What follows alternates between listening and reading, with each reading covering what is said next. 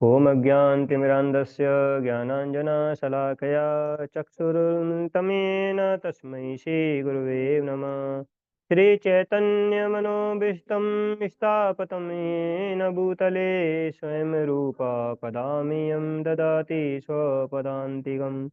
वन्देऽहं श्रीगुरु श्रीयुतापदकमलं श्रीगुरून् वैष्णवं च श्रीरूपं साग्रजातं सहगणा रघुनाथान्वितं तं सजीवं साद्वैतं सावधूतं परिजनासहितं कृष्णचैतन्यदेवं श्रीराधाकृष्णपादान् सहगणा ललिता श्रीविशाखान्वितांश्च नमो ॐ विष्णुपादाय कृष्णपृष्ठाय भूतले श्रीमते भक्तिवेदान्त स्वामिनेति नाम्ने नमस्ते सरस्वते देवे गौरवाणी प्रचारिणे निर्विशेषशून्यवादी पाश्चात्यदेशतारिणे नमो महावदन्याय कृष्ण प्रेम प्रदायते कृष्णाय कृष्ण चैतन्य नामने गौरतुषे नमः। हे कृष्णा करुणा सिंधु दीनबंधो जगतपते गोपेशा गोपिका कांत श्री राधा कांत नमस्तुते तप्त कांचन गौरांगी श्री राधे वृंदावनेश्वरी वृषभानुसुते देवी प्रणमामि हरिप्रिये वाञ्छाकल्पतरुभ्यश्च कृपा सिन्धुभ्येव च पतितान् पावनेभ्यो वैष्णवेभ्यो नमो नमः। जय श्री कृष्ण चैतन्य प्रभु नित्यानंद श्री अद्वैत गदाधर शिवासादि गौर भक्तवृंद। हरे कृष्णा कृष्णा कृष्णा हरे हरे हरे राम राम राम हरे हरे।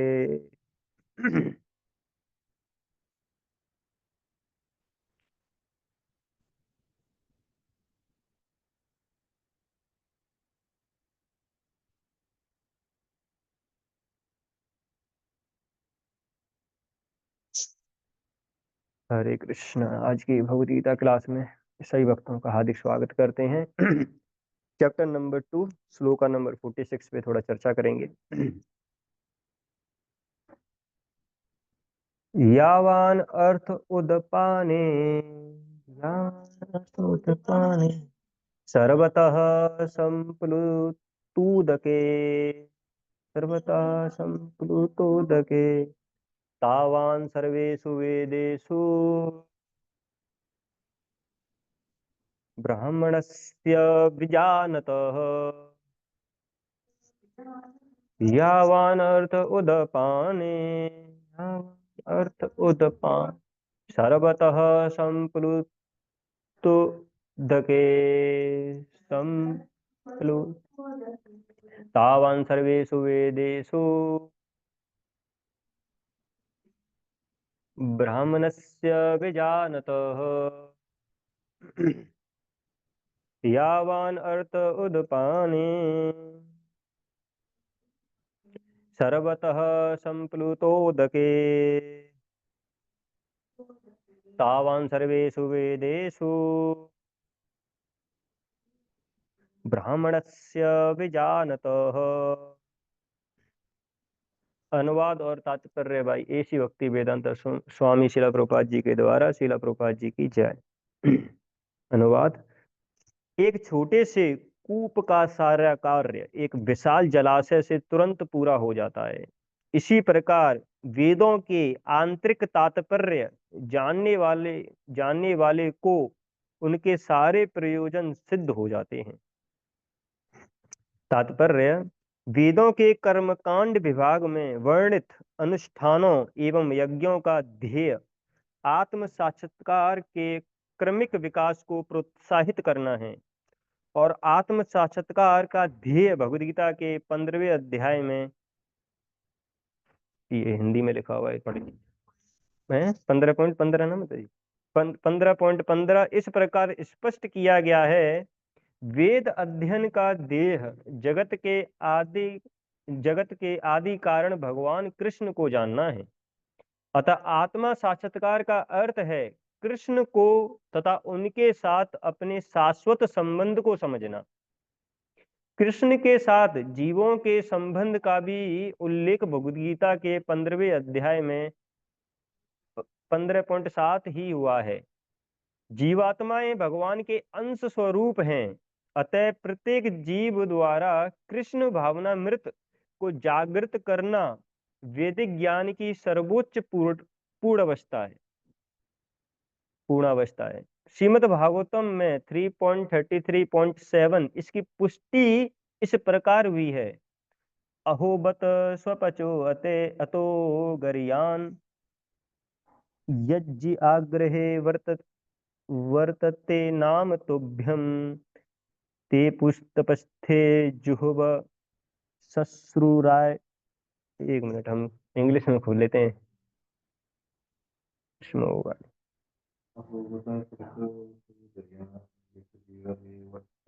तपुस तपस्ते जुहवूह सुनुरार्या ब्रह्मानुचुर नाम गृहती ये ते।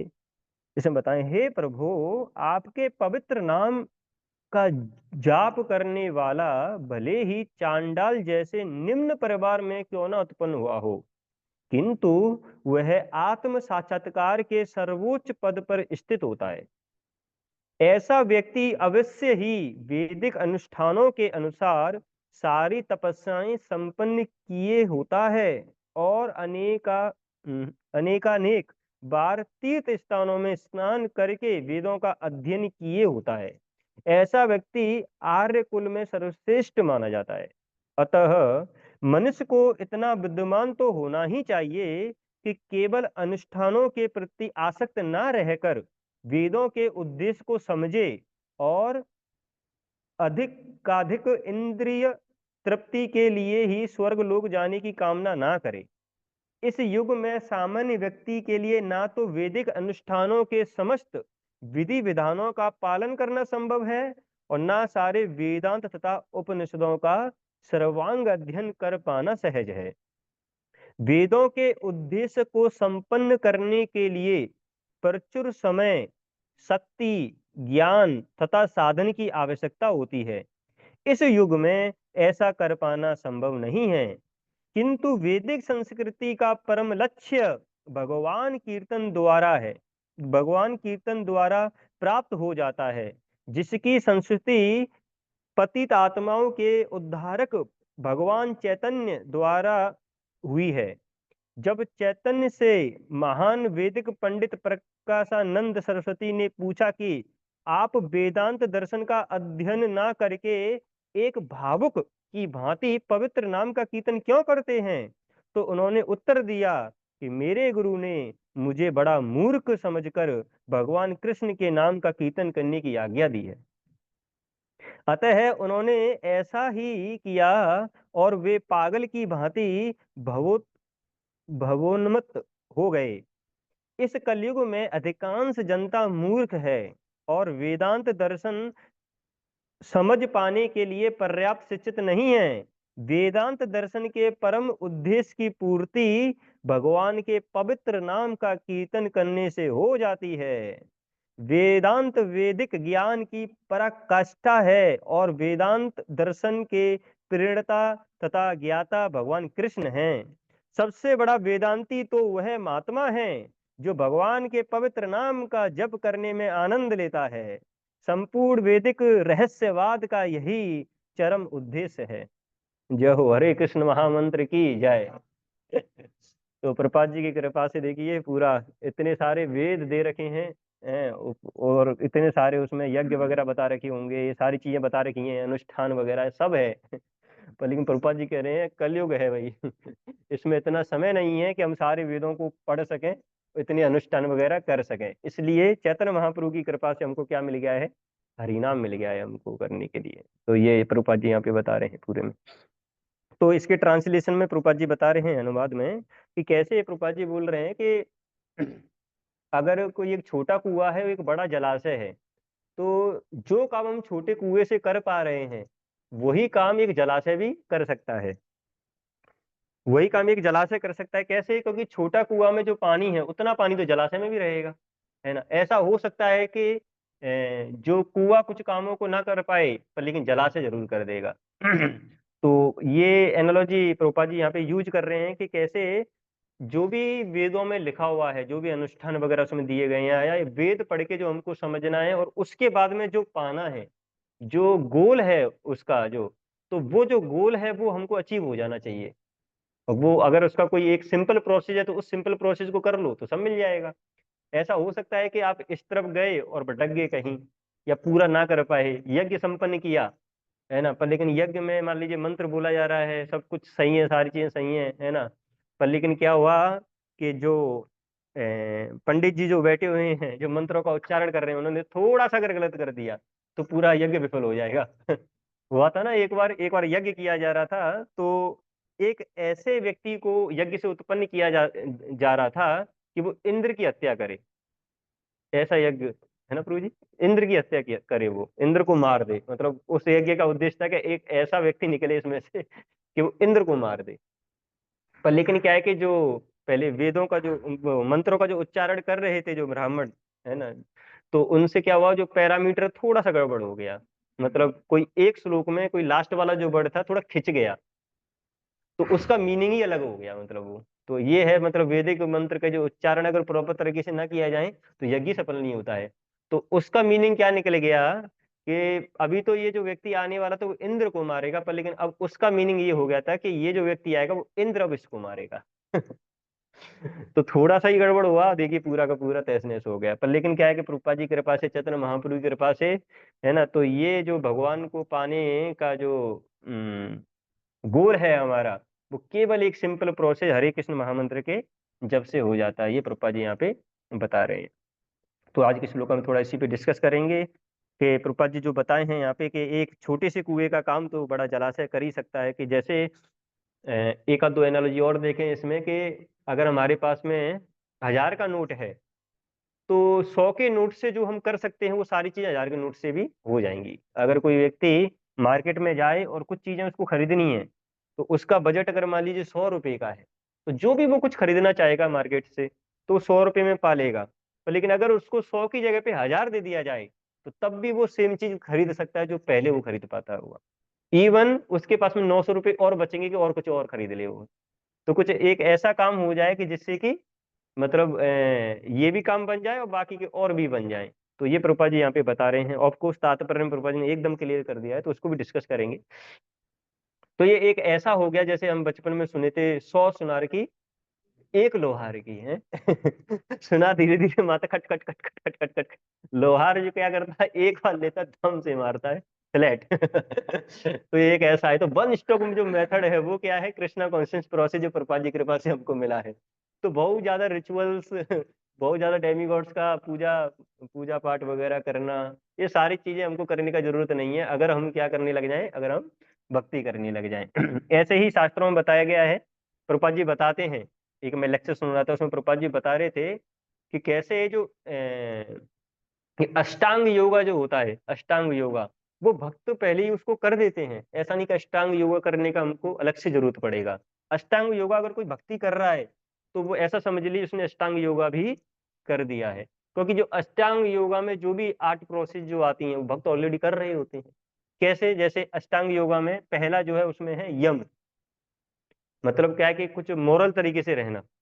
हाँ, तो भक्त में तो उससे भी ज्यादा क्वालिटीज होती हैं, मतलब स्पिरिचुअल क्वालिटीज, है ना, ढंग से रहता है वो तो उसमें। तो यम मतलब मोरल, मोरल तरीके से। यम नियम, तो नियम मतलब क्या है, कुछ रूल्स एंड रेगुलेशंस के साथ में रहना। तो काफी रूल्स एंड रेगुलेशंस हैं, सुबह आना है।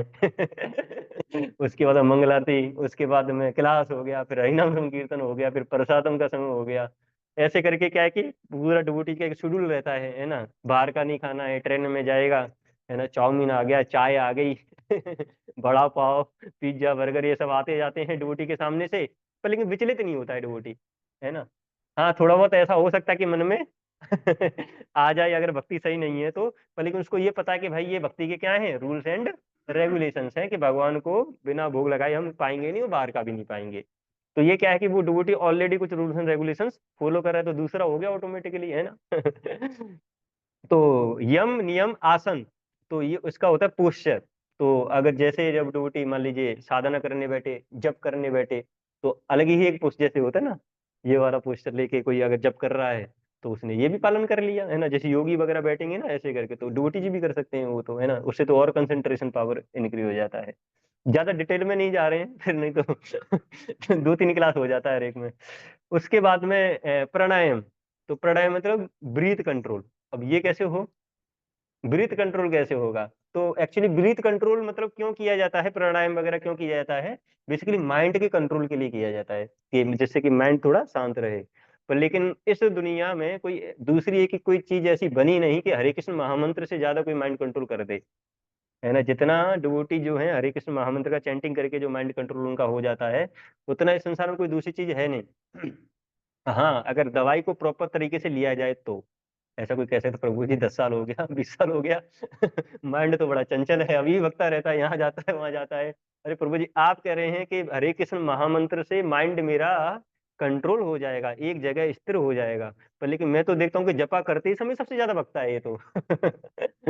तो मेडिसिन को क्या है कि थोड़े अच्छे तरीके से अगर लिया जाएगा जैसा बताया जाता है, तो फिर वो मेडिसिन वर्क करती है। डॉक्टर ने मेडिसिन दिया तो डॉक्टर क्या बोलते हैं, बेटा इसको 3 समय पे लेना है, सुबह दोपहर में और शाम को।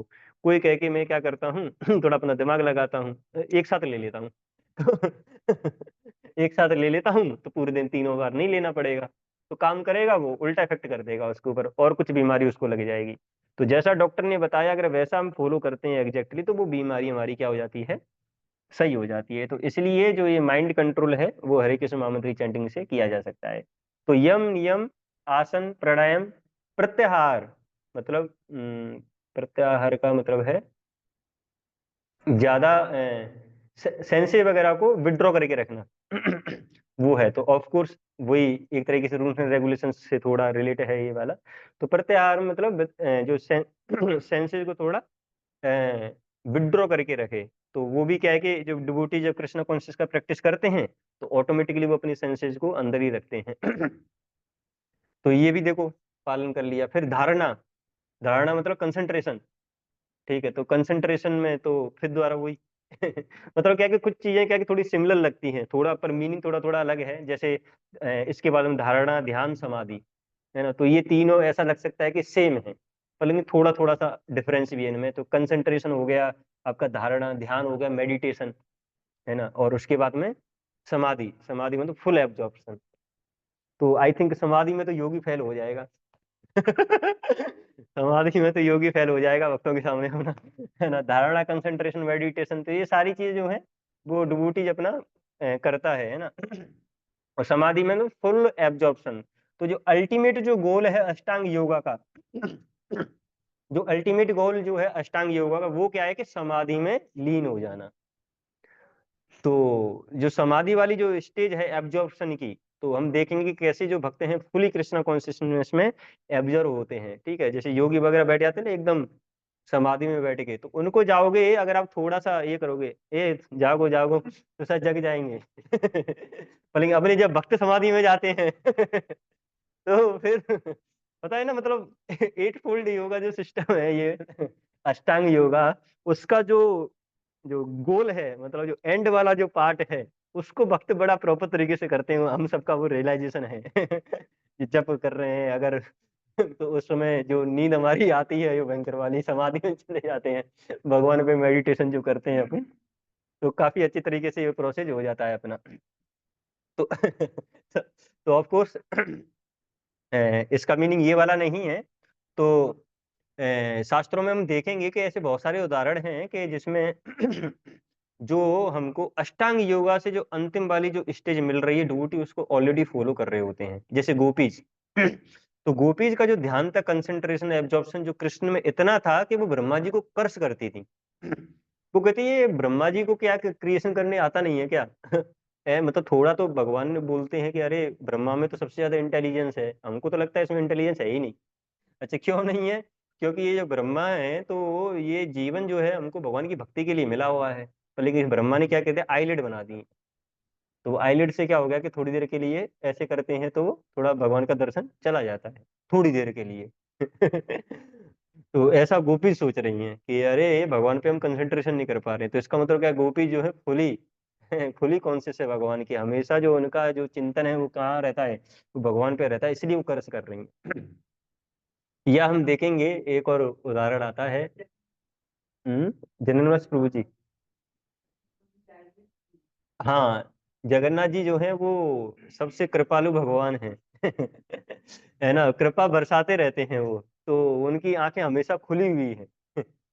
तो उनकी आंखें हमेशा खुली हुई है, पूरा मर्सी उनका 24 आवर्स बह ही रहा है। जिसको बटोरना बटोर लीजिए। तो उनका आईलिड नहीं है। ऐसे ही मतलब महाराज का हम लेक्चर सुन रहे थे, उसमें महाराज बताते हैं एक स्टोरी। धनुर्दास और उनकी जो हिडम्बा है ना, कुछ हिडम्बा नाम था। हिडम्बा नाम था या क्या था? अंडल। अंडल उसमें आते हैं। अच्छा वो, तो जो था धनुर्दास और अंडाल। तो ये मतलब धनुर्दास जो था, रामानुचार्य एक प्रोसेशन पे जा रहे थे, मतलब एक जैसे होता है ना भगवान का कोई मान लीजिए बहुत बड़ा फेस्टिवल हो रहा था उस दिन।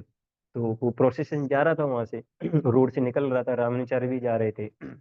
पर लेकिन ये धनुर्दास हैं, तो वो अंडाल को मतलब घूर रहे थे, है ना। तो घूर रहे थे, मतलब घूरते ही जा रहे थे, ऐसा नहीं कि मतलब 1 मिनट घूरा बस बंद हो गया, बस ऐसे ही करके ध्यान लगा हुआ है, मेडिटेशन। फुल का फुल। वो जो प्रोसेशन जो जा रहा है ना, तो वो आया उनके पास से और निकल गया, पर लेकिन इसको कोई इफेक्ट नहीं हुआ। इतना फुली एब्जॉर्ब है ना, पता ही नहीं पड़ रहा कि रोड पे की और क्या चल रहा है, ट्रक आ जाए, कार आ जाए, घोड़ी गाड़ कुछ भी आ जाए ना, उसका फुल क्या है कि फुल एब्जॉर्ब है देखने में। रामाचार्य ने देखा है ये व्यक्ति जो है, बताओ, भगवान जा रहे हैं, है ना, सब लोग तो भगवान के पीछे कीर्तन करते हुए जा रहे हैं, भगवान को देख रहे हैं, ये कहाँ पड़ा हुआ है। तो देखा कह रही है, वो तो एक स्त्री को देख रहा है ना, छाता लगाए हुए। छाता धूप से बचा रहा है उसको। तो फिर रामाचार्य जो है उनको बुलाते हैं, बोलते हैं कि जाओ उसको बुला के लेके आओ इस व्यक्ति को। तो जाते हैं कि उसको थोड़ा हिलाते हैं। तो हिलाते हैं तो तब भी वो तो घूर रहा होता है ना, थोड़ा तेज से और हिलाते हैं, रामानुचार्य इज कॉलिंग यू। ऐसे करके बोलते हैं, रामानुचार्य तुमको बुला रहे हैं। तो ऐसे करके फिर वो ऐसे करके फिर दोबारा घूमने लग जाता है।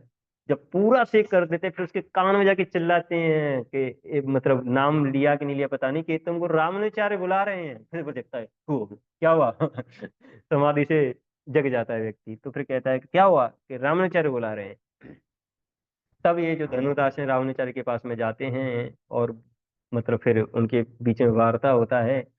तो रावणाचार्य पूछते हैं कि तुम इस स्त्री को क्यों गेज कर रहे हो इतना, मतलब भगवान जा रहे हैं, भगवान के दर्शन नहीं लिए आपने, है ना, सब लोग भगवान के दर्शन ले रहे हैं, तुमने दर्शन नहीं लिया।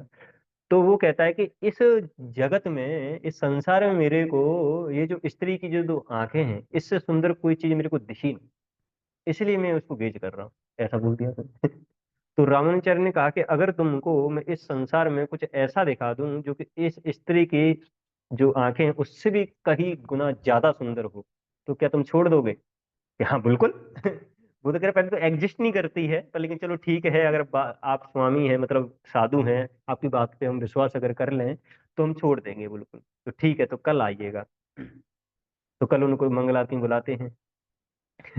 तो उसके बाद में ये आते हैं धर्मदास रामानुजाचार्य के पास में, और इनको लेके जाते हैं, कहाँ लेके जाते हैं, श्रीरंगम जो टेम्पल है वहां पे लेके जाते हैं।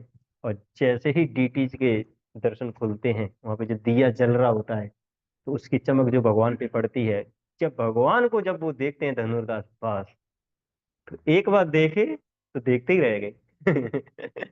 तो करके मिल गया।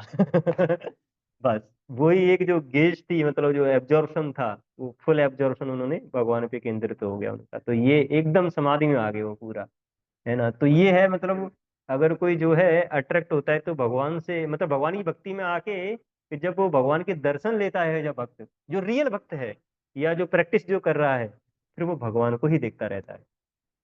तो ऐसा है, तो ये जो स्टेज है, तो जनरली क्या है कि जब अष्टांग योगा जो होता है, तो अष्टांग योगा में जो अंतिम वाली स्टेज है, तो लेकिन ये अंतिम वाली स्टेज है, तो डिवोटी तो हमेशा एक्सपीरियंस करता रहता, तो हमेशा वो भगवान के ही बस सुंदर दर्शन करते रहे।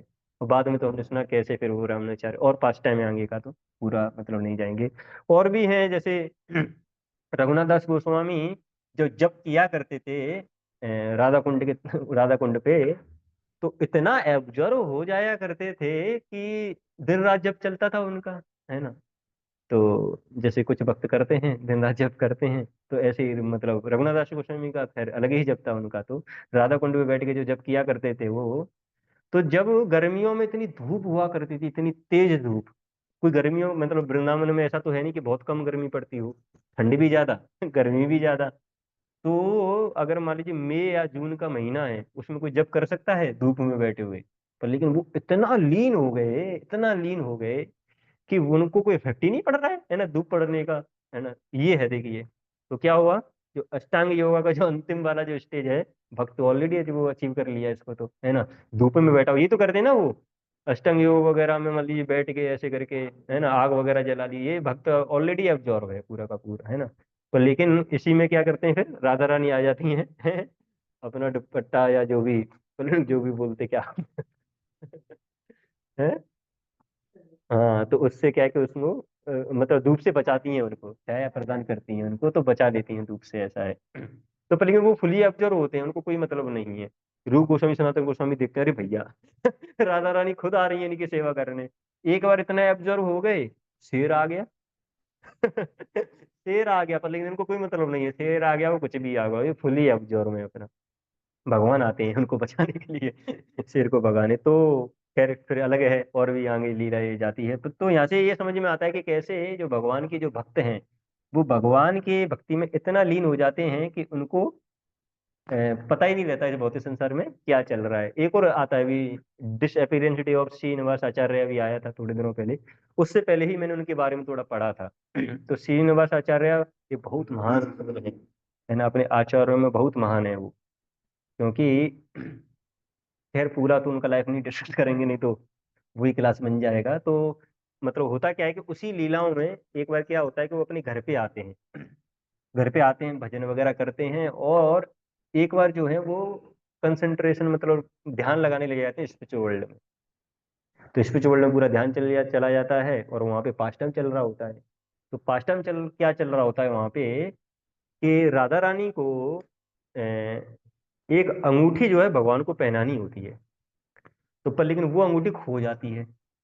अब सब उसको मान लीजिए दर्शनार्थी का समय होने वाला है अब मैंने तो इतना खैर एक्सपीरियंस नहीं किया चीजों का, पुजारी वगैरह मतलब उधर पता नहीं ना, मतलब क्या चलता होगा उधर पीछे भगवान के दर्शन से पहले। तो शायद ऐसा होता हो, कुछ खो जाए तो ढूंढने वाले दर्शन खुलने वाला है, ढूंढो ढूंढो जल्दी ढूंढो कुछ होता होगा ऐसा करके, सब लग जाते होंगे ना किसी चीज को ढूंढने में मान लीजिए भगवान की फ्लूट है, अब वो गायब हो जाए या मिल नहीं रही हो, और दर्शनार्थी का समय 5 मिनट रह गया हो, तो फिर सारे पुजारी क्या करेंगे, सबको बुलाया जाएगा ढूंढो तो ऐसे करके वो अंगूठी खो गई। वो अब उस अंगूठी को ढूंढने के लिए सबको बुलाया गया, तो ये सब मंजरी हैं वहां पे। तो फिर क्या है कि ये भी वहां पे लग जाते हैं ढूंढने में अंगूठी को।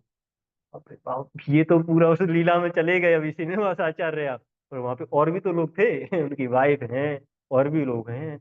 ये तो भाई अनकॉन्शियस हो गए पूरा का पूरा, सबको लगा कि कहीं चले तो नहीं गए इतनी जल्दी, कहीं पता पड़ा कि पहले ऐसी हुआ करता था, चैतन्य महाप्रभु गए, नित्यानंद महाप्रभु गए, तो फिर सब लोग मतलब जो भी और भी थे, तो जल्दी फिर बॉडी को लीव कर दिए थे उनके उसमें, क्या बोलेंगे उसको हिंदी में, विरह में, विरह में। हाँ, तो उसमें गदाधर पंडित ये सब विरह में मतलब थोड़ा बॉडी को जल्दी लीव किए थे। तो ऐसे ही इनको लगा कहीं ऐसा तो नहीं, मतलब याद याद में जल्दी देह त्याग गया हो। एक दिन हुआ, 2 दिन हो गया, 3 दिन हो गया मेडिटेशन चल ही रहा है यहाँ पे।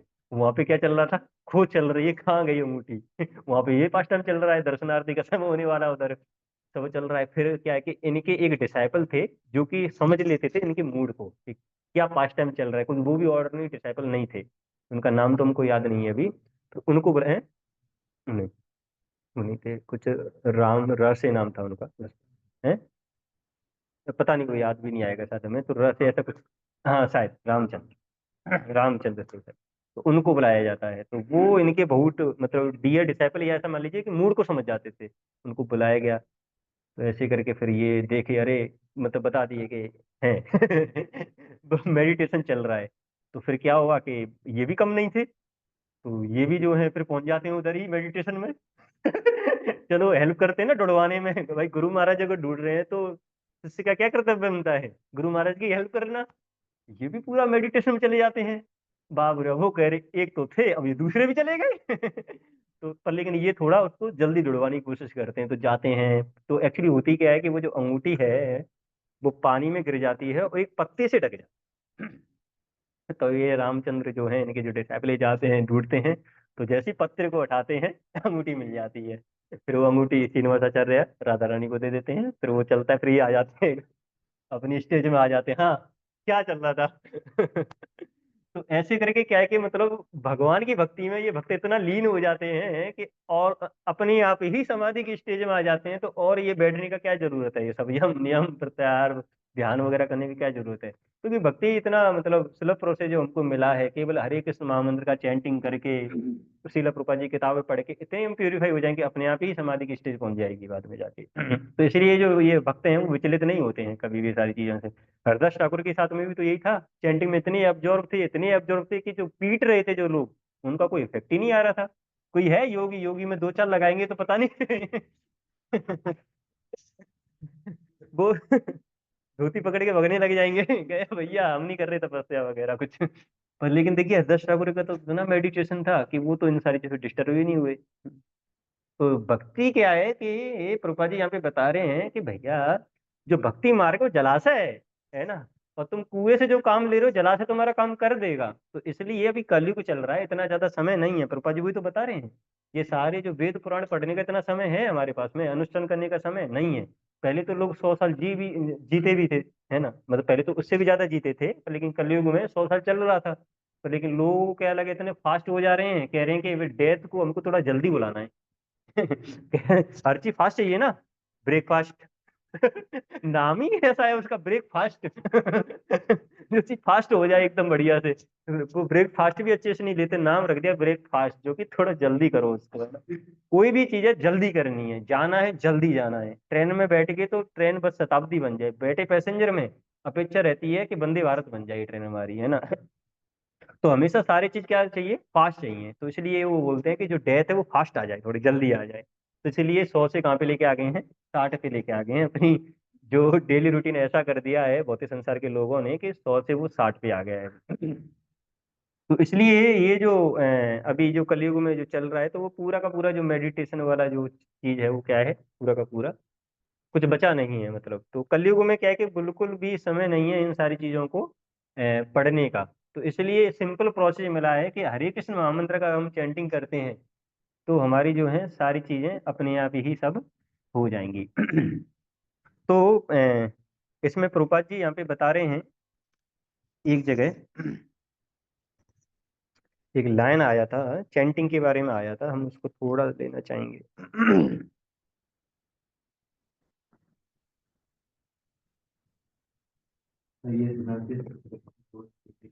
वेदों के उद्देश्य को संपन्न करने के लिए प्रचुर समय, शक्ति, ज्ञान तथा साधन की आवश्यकता होती है। इस युग में ऐसा कर पाना संभव नहीं है, प्रभुपाद जी बता रहे हैं। इस युग में है ही नहीं। किंतु वैदिक संस्कृति का परम लक्ष्य भगवान कीर्तन द्वारा प्राप्त हो जाता है, जिसकी संस्तुति पतित आत्माओं के उद्धारक भगवान चैतन्य द्वारा हुई है। तो चैतन्य महाप्रभु जब आए थे तो ये कौन है, प्रकाशानंद जो सरस्वती, उन्होंने पूछा, अरे आप जो है हरे कृष्ण महामंत्र का जप करते रहते हो, पागलों के जैसे घूमा करते हो, अरे वेद पढ़ो थोड़ा, है ना, वेदों में जो चीज दी गई है उसको पढ़ो, बताओ दूसरों को। क्या तुम हरे कृष्ण महामंत्र चैंटिंग, भगवान को पाना इतना सुलभ थोड़ी नहीं है, इतना आसान के चैंटिंग करके घूम के हो जाएगा सारा काम। तो चैतन्य महाप्रभु क्या बोले, मेरे गुरु ने तो यही बोला है कि चैंटिंग हरे कृष्ण महामंत्र करो तुमको सब कुछ मिल जाएगा, है ना। तो वो मेरे को मूर्ख भी बोलते हैं, तो तुमने आज क्या वेरीफाई कर दिया है? है, गुरु ने पहले ही बता दिया। तो इसलिए हम तो मूर्ख हैं, हम तो क्या करेंगे, हरे कृष्ण महामंत्र का चैंटिंग ही करके हमको सब मिल जाएगा। तो वो जो प्रकाशानंद सरस्वती हैं वो बोलते थे वेद पढ़ने पर, चैतन्य महाप्रभु ने क्या कर दिया, उसको रिजेक्ट कर दिया। और महाप्रभु को तो सब आता ही था, वो तो बस बता रहे थे कि हरे कृष्ण महामंत्र का क्या ग्लोरिफिकेशन है, मतलब उससे हमको क्या क्या मिल सकता है। जैसे अभी अजामिल सेक्शन चल रहा है अपना भागवतम सर्कल में, तो उसमें हमने कितना ग्लोरी पढ़ा हरे कृष्ण महामंत्र का। तो अजामिल जो था मतलब वो ब्राह्मण फैमिली से था, उसने क्या क्या नहीं किया था। देखिए हरे कृष्ण महामंत्र की चैंटिंग के बारे में क्या लिखा हुआ है, एक मिनट हम थोड़ा बोलते हैं। वो प्रभु जी कौन, 6.2.9.10, 6.2.9 और 10, ये दो श्लोक हैं। दो क्या मतलब एक ही में उसमें दे रखा है बस। वो है। तो चैंटिंग के बारे में देखिए क्या दे रखा है, कितना ग्लोरी है चैंटिंग का। तो थोड़ा इंग्लिश में पढ़ेंगे इसको हम। The chanting of Holi name of Lord Vishnu is the best process of the atonement of a thief of gold और अदर वैल्यूएबल्स। अगर मान लीजिए किसी ने सोना चुराया है या कुछ अदर वैल्यूएबल चीजें अगर चुराई हैं, तो चोरी किया है तो पाप कर दिया भाई उसने, है ना। पर लेकिन अगर उसका अटोनमेंट अगर उसको करना है तो वो किससे किया जा सकता है, हरे कृष्ण महामंत्र का चैंटिंग करके। ऐसा नहीं कि जाके आपको कुछ करना पड़ेगा, कुछ दंड मिलेगा आपको, केवल हरे कृष्ण महामंत्र का चैंटिंग करिए, ये चला जाएगा। प्रभुपाद जी पर लेकिन परपुट में बहुत क्लियर लिखते हैं, वो बताएंगे अभी और क्या लिखते हैं इसके बारे में। कोई कहे कि अच्छा ऐसा है क्या, तो चोरी करता हूँ जब कर लूंगा चला जाएगा, फिर चोरी करूंगा फिर जब करूंगा। इसको बोला गया है नाम अपराध। ये क्या होता है, ये तो बहुत बड़ा ऑफेंस कर रहे हो आप, मतलब इतना डिग्रेड आप चोरी करके नहीं होगे जितना डिग्रेड आप अब इससे हो जाओगे, क्योंकि आप क्या कर रहे हैं, अब आप नाम अपराध करने लगे हैं वापस में। तो इसलिए क्या है कि प्रभुपाद जी उसमें क्लियर करते हैं कि पहले अगर किसी ने ऐसा किया है तो वो हरे कृष्ण महामंत्र चैंटिंग जब करके सब जा सकता है। और क्या जा सकता है, it is the best process for a drunkard. कोई शराब वगैरह की किसी को लत लगी हुई है पर लेकिन वो भक्ति करना चाहता है, वो कहे कि मैंने तो इतना पाप कर दिया, नहीं भाई, आप चैंटिंग हरे कृष्ण महामंत्र कर रही है तो ये जो सारा पाप तुमने जो पी के किया है वो सब तुम्हारा नष्ट हो जाएगा। और for one who betrays a friend और रिलेटिव, किसने किसी के अपने कुछ के दोस्त को या किसी रिलेटिव को लूटा तो वो भी पाप चला जाएगा। या ये और भयंकर हो रहा है, फॉर वन हु किल्स अ ब्राह्मणा किसी ने ब्राह्मण की हत्या कर दी, उड़ा दिया, दो भाई गोली से, है ना। उसके हिसाब से नहीं चल रहा होगा कुछ, तो तुमको ये निकाल देते हैं, है ना। किसी ने अगर ये भी अगर पाप किया हो तब भी वो भी क्या हो जाएगा, वो भी माफ हो जाएगा। और for one who indulges in sex with the wife of his guru और अनोदर सुपीरियर, ये तो मतलब परम सीमा हुई मतलब इससे बड़ा पाप कौन करेगा बताओ। कोई होता है कि जानवरों को मार देगा वो ठीक है, पर लेकिन इससे बड़ा पाप कौन करेगा, है ना। मतलब गुरु की जो पत्नी है उन्हीं के साथ में ही कोई इंद्र जो हो रहा है, तो इससे बड़ा पाप क्या होगा। तो वो कह रहा है अगर किसी से ये भी अगर हो गया है तो चैतन्य महाप्रभु की कृपा से जो हरिनाम जो हमको मिला है वो इतने कृपालु हैं कि वो इस पाप को भी नष्ट करने को रेडी है। इतना मतलब उसमें पावरफुलनेस है होली नेम में, है ना, कि इसको भी नष्ट कर देंगे। It is also best method of the atonement for one who murders women, किसी स्त्री को मार दिया, उसने मार दिया।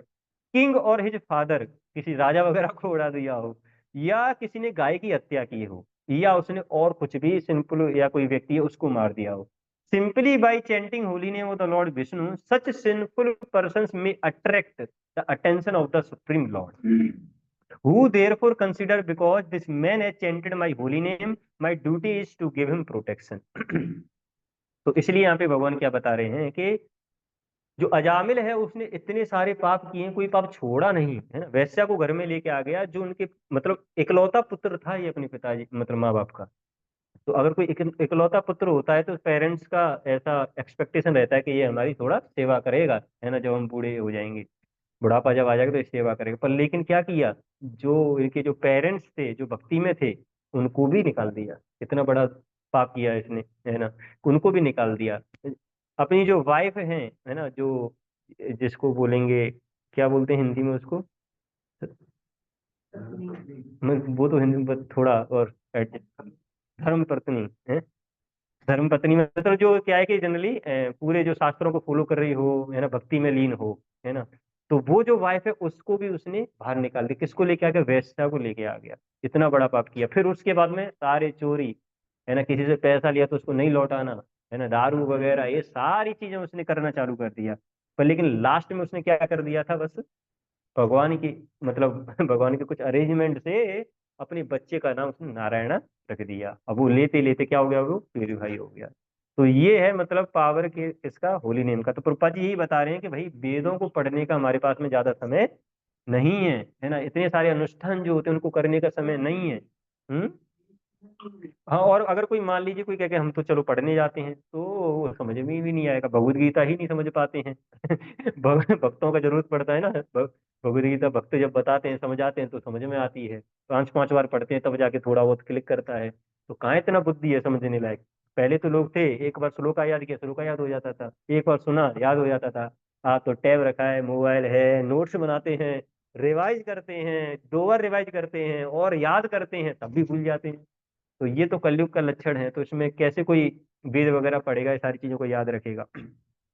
तो ऐसा नहीं कि हमको बहकाया जा रहा है कुछ, है ना, ये लो भाई तुम ये ले लो, है ना, तुम पे ये नहीं हो रहा तो ये हो रहा है। अरे ये सबसे बेस्ट प्रोसेस है, बस उसका क्या करना है, बस हमको थोड़ा अच्छे से अगर जब कर लेंगे तो ये सारी चीजों को करने का हमको जरूरत पड़ेगा ही नहीं। तो ये प्रभुपाद जी यहाँ पे बता रहे हैं कि छोटा कुआं जो है उसका काम एक जलाशय अपने आप ही कर देगा। वो जलाशय क्या है, नवदा भक्ति। नवदा भक्ति का कोई सा भी एस्पेक्ट अगर हम अच्छे से अगर करते हैं तो ये सारी चीजें जो है हम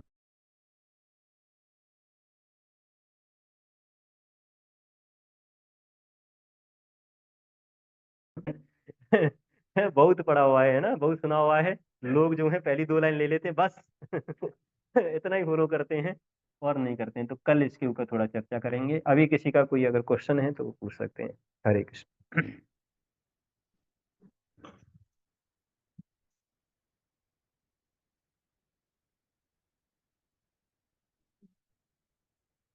ऑनलाइन में कोई क्वेश्चन हो तो। सॉरी, मैं नीचे चला गया। ठीक है, शीला प्रभुपाद जी की जय।